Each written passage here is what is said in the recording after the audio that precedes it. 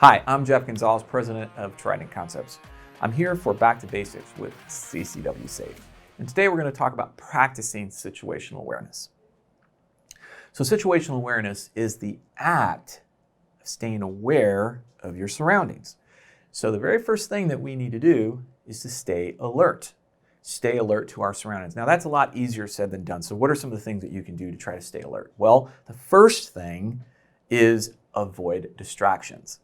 All right, so if I can tell you what not to do, then what you're going to be left with is more than likely going to be paying attention, staying focused on what's happening. So what are some distractions? Well, probably the most common one and one that we really have a hard time dealing with are our phones. It is difficult to unplug from the phone. So what I tell people is make sure that when you're going to check your phone, that it is safe to do so. So if you're out in public, where are you? If you're on a city street, can you move to a place that's going to be a little bit safer for yourself? I mean, number one, we don't want to walk into oncoming traffic, which has happened. But number two, we want to make sure that we put ourselves in a position that is tactically sound for me to take my eyes off of what's happening around me and focus right here, something close, right inside, my hands.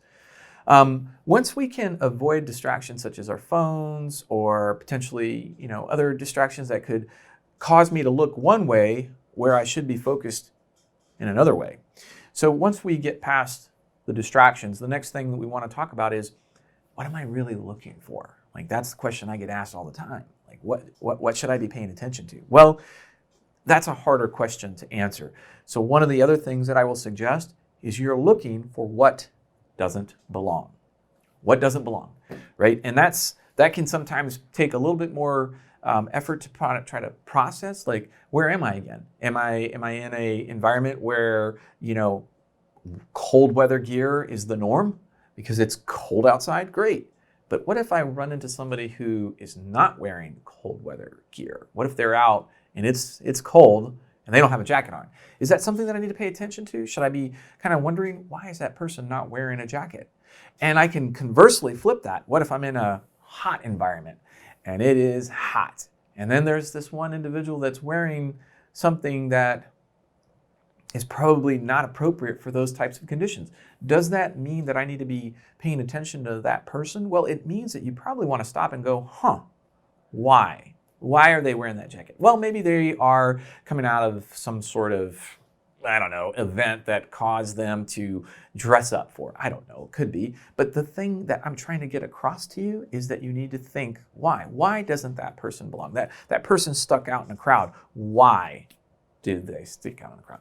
The next thing is, who's paying attention to you?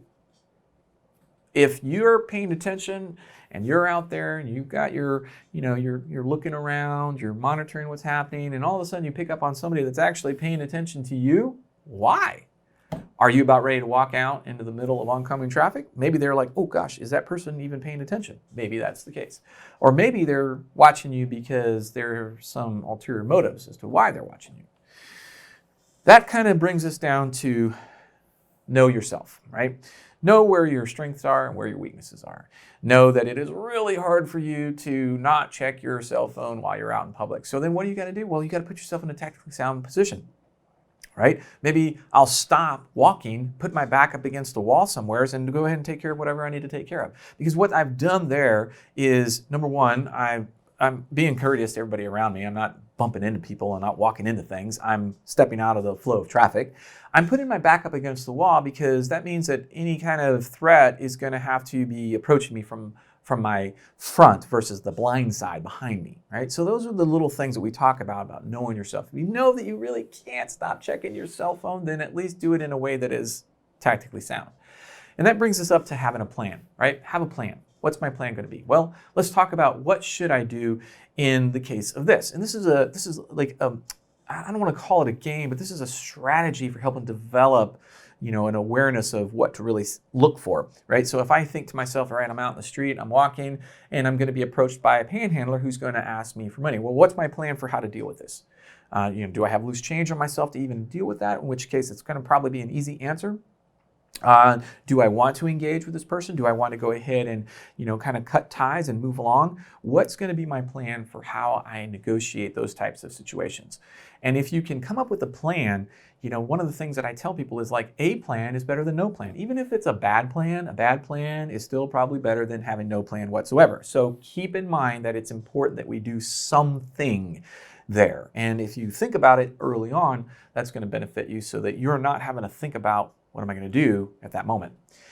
The last thing we talk about is what we're doing is we're trying to create a process here, right? So awareness is kind of like the first thing that we're thinking about. And then through being aware of what's happening around me, right? I'm staying alert, I'm avoiding distractions, I'm looking for what doesn't belong, who's paying attention to me, I potentially can pick up on something, right?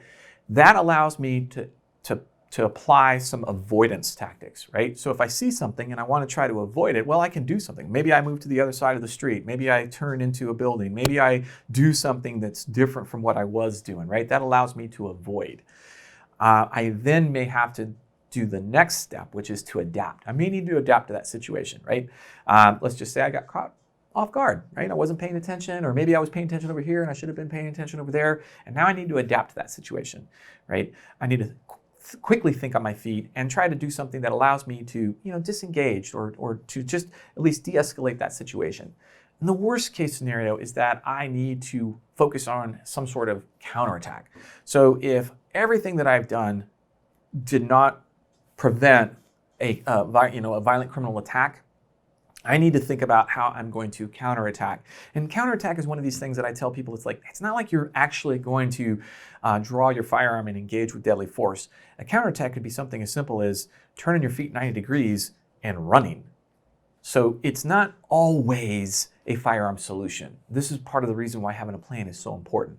So I'd love to hear your questions or comments. Please feel free to post them down below. Until then, I'm Jeff Gonzales. Take care and stay safe.